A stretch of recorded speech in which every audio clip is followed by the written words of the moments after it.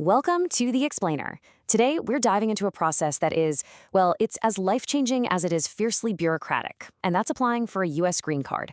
You already know the stakes here are incredibly high. I mean, it's a path to a completely new life, but it's also this unforgiving machine of paperwork, deadlines, and really strict rules.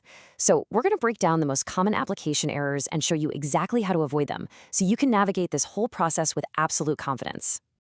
Let's start with a pretty crucial question. What actually delays a green card? Now, you might assume it's only major legal issues or super complex background checks, but the reality is often agonizingly mundane. A single typo, one blank field, or a missed signature on page 7 can literally derail your American dream in an instant. The system is incredibly rigid, and it really doesn't offer the benefit of the doubt. So today, we're going to look at 14 specific traps that applicants fall into and how just a little bit of precision can keep your application moving smoothly. Here is our roadmap for today. We'll start with flawless forms and fees, move right into perfecting your documents, cover communication and deadlines, talk about nailing the interview, and then we'll wrap it all up with a final checklist.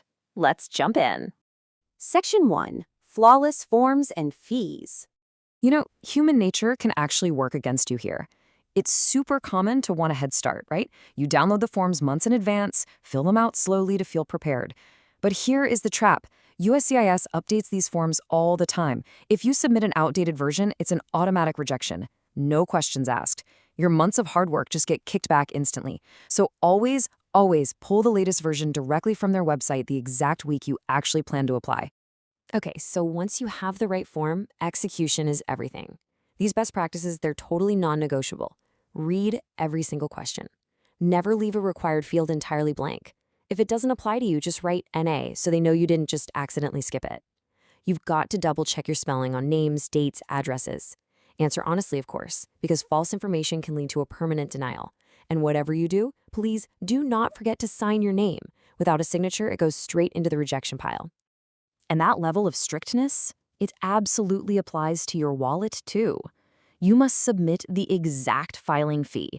If you're off by even a single dollar, or if you use an unapproved payment method, the entire package gets sent right back to you. Always verify the current fee and the accepted payment methods on their official site right before you mail that envelope. Section 2.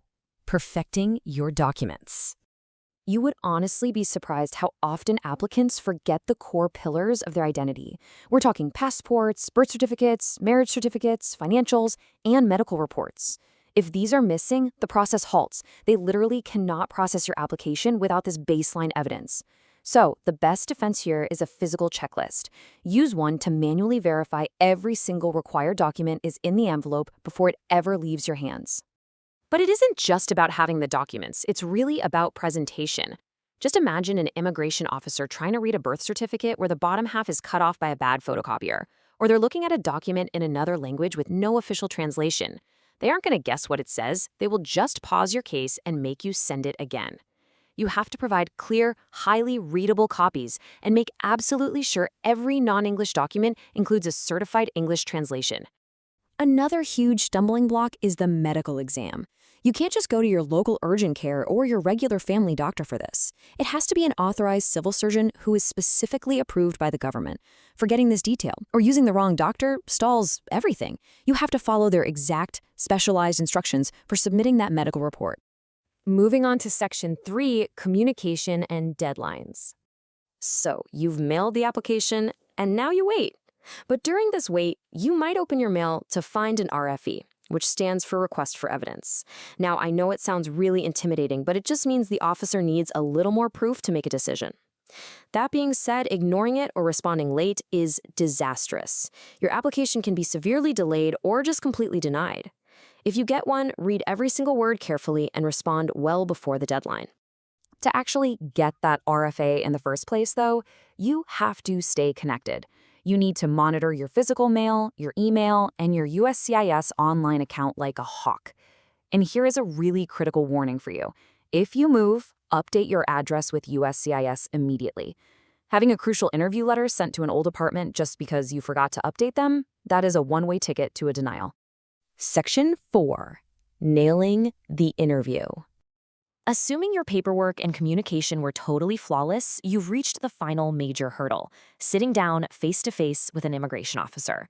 Believe it or not, the biggest interview mistake happens before you even leave your house. It's packing the wrong things. Yes, you mailed them copies months ago, but today you absolutely must bring the originals.